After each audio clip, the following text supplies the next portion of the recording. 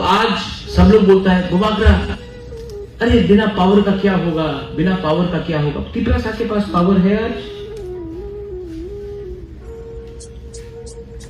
जब आईपीएफटी और डीजीपी बैठा था तो त्रिपुरा साहब के पास पावर था। जब कम्युनिस्ट था तो त्रिपुरा साहब के पास पावर था। जब क्यूजेएस और कांग्रेस था तो त्रिपुरा साहब के पावर था।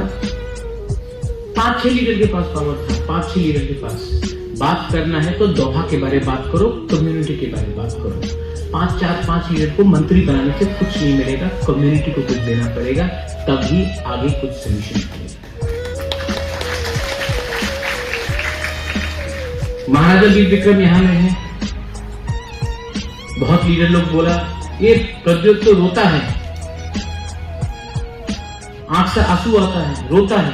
हाँ रोता हूं, पोस्ट के लिए नहीं रोता हूं, पावर के लिए नहीं रोता हूं, अपना लोगों के लिए रोता हूं। वो राजा जिसके आंख में आंसू नहीं अपना देश के लिए, वो क्या राजा है? लेकिन डर के नहीं रोता। किसी ने बोला कि कब तक दादा को बेचोगे, कब तक बाप को बेचोगे? मेरा बाप, मेरा दादा, उनका बाप और उनका दादा को तो नहीं बेच रहा हूं ना, मैं अपना बाप और अपना दादा के बारे में बात कर रहा हूं। और मैं बात करूंगा क्योंकि महाराजा वीर विक्रम ने त्रिपुरा का संविधान हिंदुस्तान के संविधान से पहले लाया। महाराजा वीर विक्रम ने आधुनिक त्रिपुरा का कल्पना किया। पंच त्रिपुरा भी महाराजा त्रिपुरा ने बनाया। जो जमीन रिजर्व हुआ वो भी महाराजा वीर विक्रम ने किया। आप लोग ने क्या किया?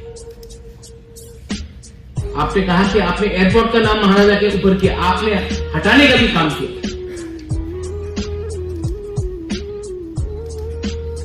आज हमारे ही जगह को हमको देके बोलते हो हमने कितना बड़ा काम किया।